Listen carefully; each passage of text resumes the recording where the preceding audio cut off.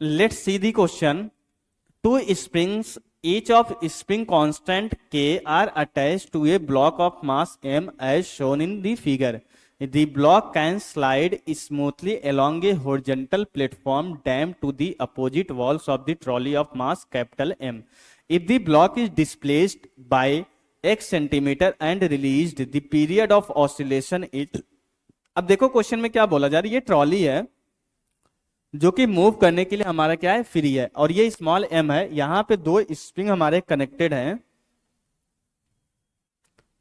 पहले तो हम समझते हैं इस पर्टिकुलर क्वेश्चन में कंसेप्ट हम क्या यूज करेंगे।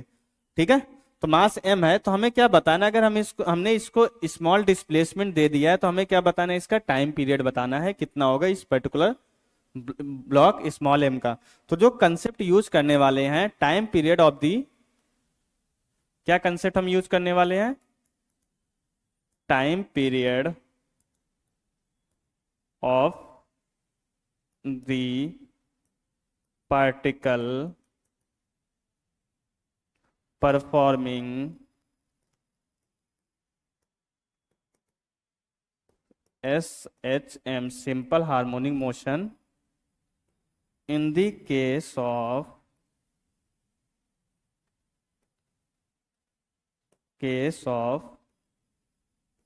spring block system।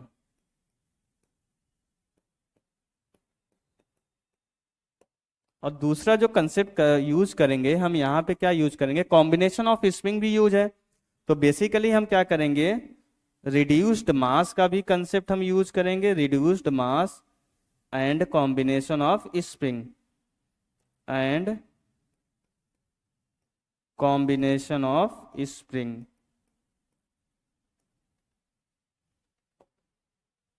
Combination of spring, right. Combination of spring मतलब कि इफेक्टिव की वैल्यू, और रिड्यूस्ड मास मतलब कि रिड्यूस्ड मास की वैल्यू निकालने के लिए जब भी हमारा जो है एक से ज्यादा मास अगर इस कनेक्टेड हो जाता है तो हम कौन सा कंसेप्ट यूज करते हैं, रिड्यूस्ड मास का कंसेप्ट। ये दोनों कंसेप्ट यूज करना हमें।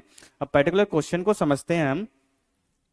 अब देखो एक्चुअल में अगर ये फिक्स होता, ट्रॉली अगर मूव करने के लिए फ्री नहीं होती तो इसका मास कुछ भी हो हमें कोई फर्क नहीं पड़ता।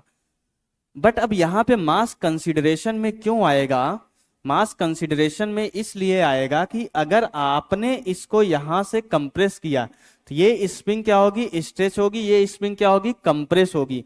कंप्रेस होगी तो ये क्या करेगा, इसको इस डायरेक्शन में फोर्स लगाएगा, और ये क्या करेगा, ये स्प्रिंग स्ट्रेच होगी। देखो ये स्प्रिंग क्या होगी, कंप्रेस होगी, तो बाहर की तरफ फोर्स लगाएगा तो इस एंड पे क्या होगा, बाहर फोर्स लगेगा, और ये स्प्रिंग स्ट्रेच होगी तो अंदर आना चाहेगी तो इस डायरेक्शन में यहां भी फोर्स लगेगा, इस डायरेक्शन में यहां भी फोर्स लगेगा। तो जब आपने इस ब्लॉक को एक्स डिस्प्लेस किया है और जैसे ही छोड़ा है तो कहीं ना कहीं हमारा क्या होगा, ये ट्रॉली भी जो है ऑसिलेशन में आएगी, ट्रॉली पे भी हमारा इंपैक्ट पड़ेगा, क्योंकि ट्रॉली भी अब मूव करने के लिए फ्री है। तो इसलिए हमारा ट्रॉली और इन दोनों का हम क्या करेंगे, इस पर्टिकुलर सिस्टम में हमारे दो मास ऑसिलेट करेंगे, कैपिटल एम स्मॉल एम। इसलिए हमें रिड्यूस्ड मास का कंसेप्ट यूज करना है, और इसका भी स्प्रिंग कांस्टेंट के है, इसका भी स्प्रिंग कांस्टेंट के है। अब अगर हमें ये समझना है कि दोनों स्प्रिंग हमारे सीरीज में कनेक्टेड है कि पैरेलल में कनेक्टेड है, अगर आपने इसको x डिस्प्लेस किया है तो इसमें कंप्रेशन x होगा और इसमें एक्सटेंशन x होगा। तो डिस्प्लेसमेंट हमारा दोनों स्प्रिंग में हमारा सेम होगा। जब स्प्रिंग में डिस्प्लेसमेंट सेम होता है तो स्प्रिंग्स हमारी किस में कनेक्टेड होती है, पैरेलल कॉम्बिनेशन में कनेक्टेड होती है।